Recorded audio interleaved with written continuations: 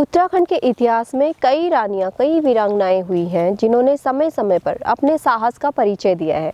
चाहे रानी कर्णावती हो जिन्होंने मुगलों की नाक तक काट दी थी, या फिर बीरबाला तीलू रौतेली। और ऐसी ही एक रानी थी अस्कोट की रानी धना, जिन्होंने अपने पति की मौत का बदला राजा कालीचंद से उसका गला काट के लिया था। नमस्कार दोस्तों, मैं हूं आकृति और आपके लिए लेकर आई हूं अस्कोट की रानी धना की कहानी। ये उस समय की बात है जब अस्कोट में राजा नारसिंह का शासन था और राजा नारसिंह की रानी थी रानी धना। वो डोटी के राजा कालीचंद के पिता की भांजी थी। अब होता यह है कि राजा नारसिंह चाहते थे कि वो डोटी राज्य पर भी कब्जा कर ले, तो वो इसकी योजना बनाए जा रहे थे। एक दिन अपनी योजना वो रानी धना से शेयर करते हैं। वो बताते हैं कि मैं चाहता हूँ कि डोटी में भी हमारा शासन हो, मैं वहाँ पे हमला करना चाहता हूँ, युद्ध करना चाहता हूँ और उस राज्य को जीतना चाहता हूँ। लेकिन रानी धना कहती है कि आप ऐसा मत कीजिए, क्योंकि काली नदी के पार जिसने भी ये करने का सोचा, क्योंकि डोटी राज्य जो था वो काली नदी पार था, तो कहती है कि काली नदी पार जिसने भी वहाँ हमला या युद्ध करने का सोचा वो कभी वापस आया नहीं, तो इसलिए वो मना करती है। लेकिन राजा नारसिंह सोचते हैं कि शायद ही इसलिए मना कर रही है क्योंकि ये उसका मायका है और ये मुझे अपने मायके वालों से कम आंक रही हैं। तो वो रानी धना को बताना चाहते थे कि मैं कहीं से भी शक्ति में उनसे कम नहीं हूँ, और वो उनकी बात नहीं मानते और चले जाते हैं डोटी राज्य वहाँ पर युद्ध करने। उसके बाद होता क्या है कि ये जैसे ही काली नदी पार करते हैं तल्ली डोटी पहुँचते हैं। तल्ली डोटी में युद्ध होता है और वो तल्ली डोटी जीत जाते हैं।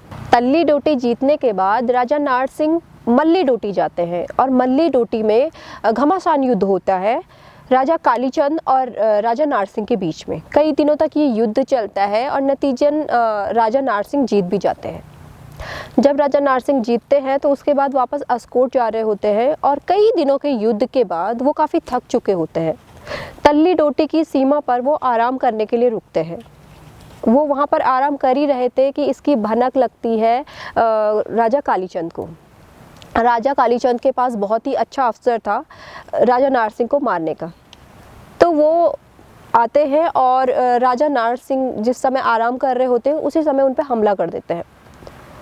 और नतीजा ये निकलता है कि कालीचंद राजा नारसिंह के दोनों हाथ काट देते हैं, जिसके कारण राजा नारसिंह की मृत्यु हो जाती है। राजा नारसिंह की मृत्यु की खबर जैसे ही अस्कोट पहुंचती है, रानी धना गुस्से से पागल हो जाती हैं। उसी समय शपथ लेती है कि मैं अपने पति का बदला लूँगी, राजा कालीचंद का सर काटूंगी और अपने पति की मृतदेह को काली नदी पार पंचेश्वर में उनका अंतिम संस्कार करूँगी। और यही सोचकर वो निकल पड़ती है युद्ध के लिए। वो अपने पति का बाना, जो युद्ध में जाने वाले वस्त्र होते हैं, उनको पहनती है, सर पे पगड़ी लपेटती है और युद्ध के लिए निकल पड़ती है। रानी धना काली नदी पार करती हैं और पहुंचती हैं तल्ली डोटी। वहाँ पर घमासान युद्ध चलता है और युद्ध का नतीजा निकलता है रानी धना जीत जाती हैं तल्ली डोटी को। और उसके बाद चलती है मल्ली डोटी, जहाँ पर शासक कालीचंद था। कालीचंद से लगातार युद्ध चलता है और कालीचंद की सेना रानी धना को घेर लेती है, उन्हें बंदी बना लेती है। और बंदी बनाते ही रानी धना का सर से पगड़ी उतर जाती है, जिससे उनका स्त्री वाला स्वरूप सबके सामने आ जाता है। राजा कालीचंद रानी धना से कहता है कि वो उनसे शादी करना चाहता है, क्योंकि वो बहुत खूबसूरत थी। राजा कालीचंद जैसे ये बात रानी धना के सामने कहता है, रानी धना कुछ सोचती हैं और सोच के हाँ कर देती हैं, लेकिन एक शर्त रखती हैं। कहती हैं कि अगर मैं आपसे शादी करूंगी, लेकिन उससे पहले आपको मेरे पति की मृतदेह को मेरे साथ काली नदी पार करा के पंचेश्वर ले जाना पड़ेगा और वहाँ पे उनका अंतिम संस्कार करवाना पड़ेगा।